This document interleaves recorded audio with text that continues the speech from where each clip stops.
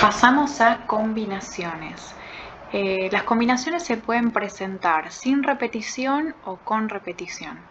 En este seminario vamos a ver sin repetición. Tenemos una cantidad total de n elementos y vamos a tomar m elementos de esos n para formar distintos grupos en el que no tiene ninguna relevancia el orden de esos elementos. Se considera que dos grupos son distintos cuando tienen por lo menos un elemento diferente. Entonces, encontramos que la combinación es parecida a la variación en el sentido de que tomo una parte de los elementos totales para formar distintos grupos, pero se diferencian en que en la variación el orden juega un papel importante, mientras que en la combinación no. Vamos a ver distintos ejemplos. Tenemos un grupo de 9 personas y queremos formar grupos de básquet. Yo tuve que buscarlo, pero los grupos de básquet tienen una cantidad de 5 integrantes. Entonces es una combinación de 9 elementos tomados de a 5. Y vamos a estar haciendo el cálculo de esta combinación, que consiste en resolver el factorial de la cantidad total de elementos y dividirlo por el factorial de los elementos que va a tener cada grupo multiplicado por el factorial de la diferencia entre el total y los elementos que tomamos. En el marco de este ejemplo que comentábamos recién, vamos a estar haciendo el factorial de 9 sobre el factorial de 5 por el factorial de 9 menos 5. Entonces en el denominador nos queda el factorial de 5 por el factorial de 4. Y entonces tenemos que el factorial de 9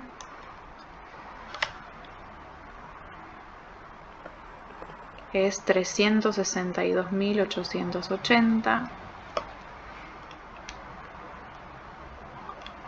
El factorial de 5 es 120. El factorial de 4 es 24. Vamos a hacer el producto entre 120 y 24.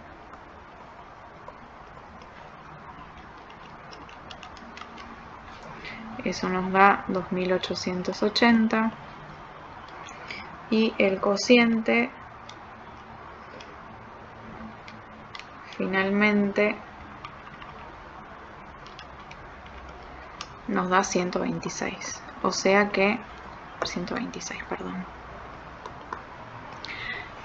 Son 126 los distintos equipos que se pueden estar armando con 9 personas. Ese es el juego que nos permite hacer. En el caso del ejemplo número 2 tenemos cuántos grupos de estudio de 4 personas se pueden formar con 6 integrantes. ¿Cuántas posibilidades de armado de grupos hay? Bueno, tenemos una combinación de 6 elementos tomados de a 4. Entonces, esto es el factorial de 6 sobre el factorial de 4 por el factorial de 6 menos 4. Entonces tenemos el factorial de 6 por el factorial de 4 por el factorial de 2. Fíjense que el factorial de 6, para resolverlo rápidamente, lo puedo estar anotando como 6 por 5 por 4 factorial. Y en el denominador tenemos 4 factorial por el factorial de 2, que es 2. Entonces en este caso puedo simplificar y nos queda 6 por 5, 30, sobre 2 es 15. O sea, podemos formar 15 grupos distintos teniendo 6 estudiantes y tomando 4 personas.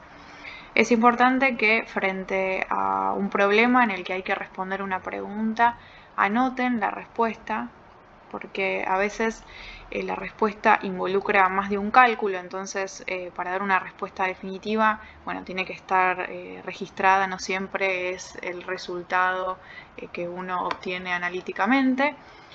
Así que ténganlo presente. Y les ofrezco finalmente en el apunte una comparación entre lo que sucede en la permutación, en la variación y en la combinación. Hicimos hincapié a lo largo de esta clase en dos cosas, en si se toma toda la cantidad de elementos o una parte, y si es relevante el orden de los elementos del conjunto.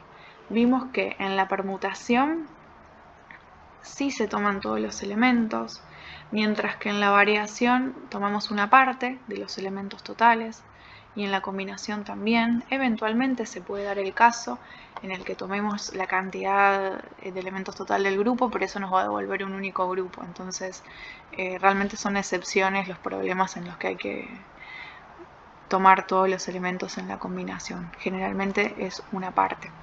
Y también hicimos hincapié en que el orden es importante en el caso de la permutación y en la variación, pero en la combinación no.